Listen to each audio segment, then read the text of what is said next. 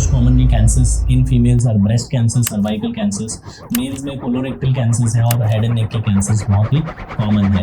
हर एक कैंसर का हम स्क्रीनिंग कर सकते हैं। नमस्ते दोस्तों, आज हम बात करने वाले हैं एक ऐसे इंपॉर्टेंट टॉपिक के बारे में जो आपकी सेहत से जुड़ा है, लेकिन अक्सर हम इसे बहुत लेवल तक इग्नोर कर देते हैं। जी हाँ, आज का टॉपिक है कैंसर की स्क्रीनिंग के बारे में।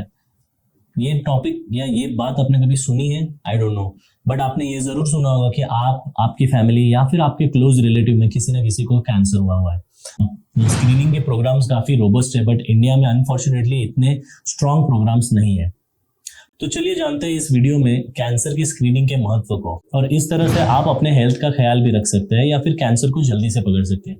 बहुत सारे रिसर्च के बाद ये पता चला है कि कैंसर स्क्रीनिंग की वजह से सर्वाइवल एडवांटेज है। मतलब अगर आपने किसी कैंसर को अर्ली स्टेज पे पकड़ लिया है तो उसका ट्रीटमेंट जल्दी होता है और अच्छे से होता है। कैंसर स्क्रीनिंग एक प्रोसेस है जिसमें हेल्दी लोगों को, जिनके अंदर ज्यादा कोई सिम्टम्स नहीं है, या फिर ऐसे लोगों को जो हाई रिस्क ऑफ कैंसर पे है, उनको हम कुछ तो टेस्ट करते हैं और उस टेस्ट के जरिए से हम लोग पहले ही जान लेते हैं कि ये पेशेंट को कैंसर होने वाला है, even before the symptoms are coming. तो स्क्रीनिंग का मेन गोल ये रहता है कि कैंसर को आइडेंटिफाई करना एज अर्ली स्टेज पॉसिबल, लेकिन उनमें cancer early stage is possible. अगर अर्ली स्टेज में कैंसर का डायग्नोसिस हो जाता है तो उसका ट्रीटमेंट भी इजियर है एंड पेशेंट को अपनी जिंदगी से हाथ भी धोना नहीं पड़ता। पेशेंट के लाइफ स्पैन में भी इंप्रूवमेंट आता है। कैंसर एक ऐसी बीमारी है जो दुनिया भर में लोगों को अफेक्ट करती है। WHO के 2020 डेटा के हिसाब से 2 करोड़ लोगों को कैंसर डायग्नोस हुआ है और around 90 lakhs of the patient उसमें से मर गए हैं। इंडिया में भी कैंसर की इंसिडेंस काफी बढ़ रहा है। नेशनल कैंसर रजिस्ट्री के मुताबिक इंडिया में 14 लाख से ज्यादा कैंसर के केसेस डायग्नोस हुए हैं और 8 लाख से ज्यादा लोग उसकी वजह से इस दुनिया से चले गए।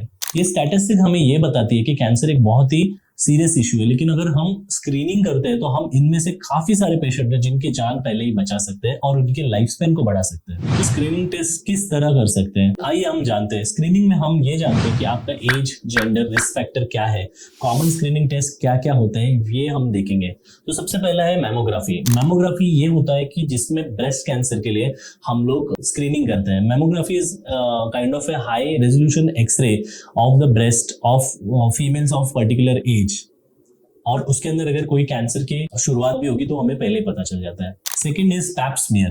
पैप स्मीयर हम लोग सर्वाइकल कैंसर के लिए किए जाते हैं। ये आफ्टर एज ऑफ 30 से हम लोग शुरुआत करते हैं to look for any cells which are of the CS which will cause CS cervix को।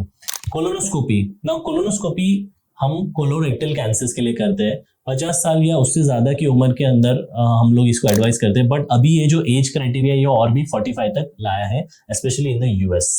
Now, one more test is PSA testing, that is prostate specific antigen. हर मेल में more than 50 years old इसका हम लोग को test करना है, क्योंकि हायर PSA हम लोग को ये बताएगा कि प्रोस्टेट के कैंसर है या नहीं है। Then there is screening for the skin cancers.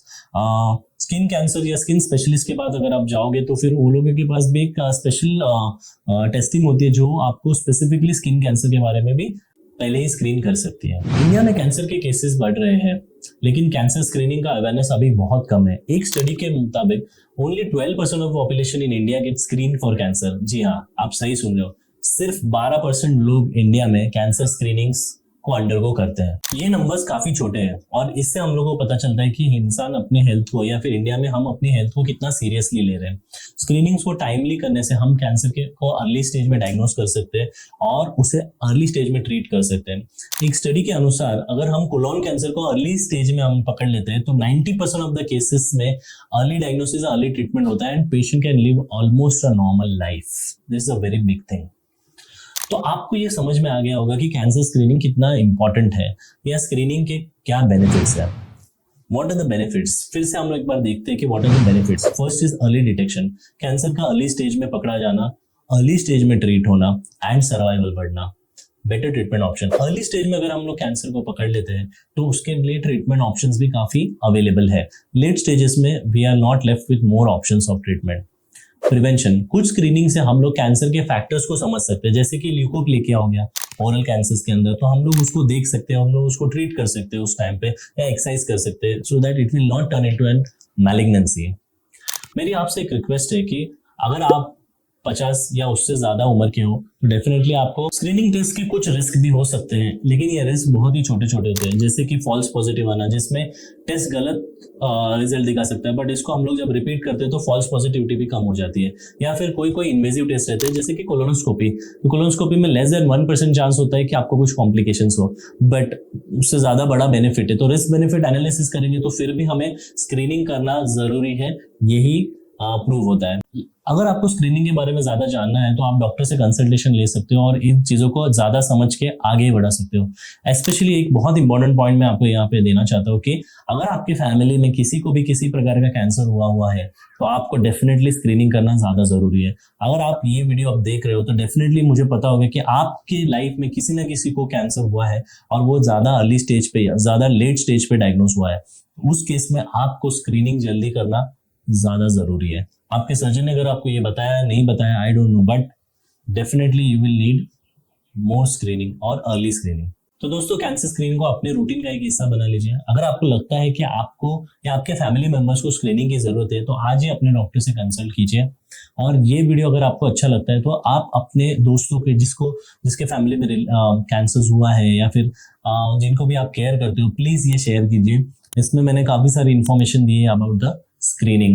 I hope you like this video. Till then, stay tuned, stay healthy. Thank you so much.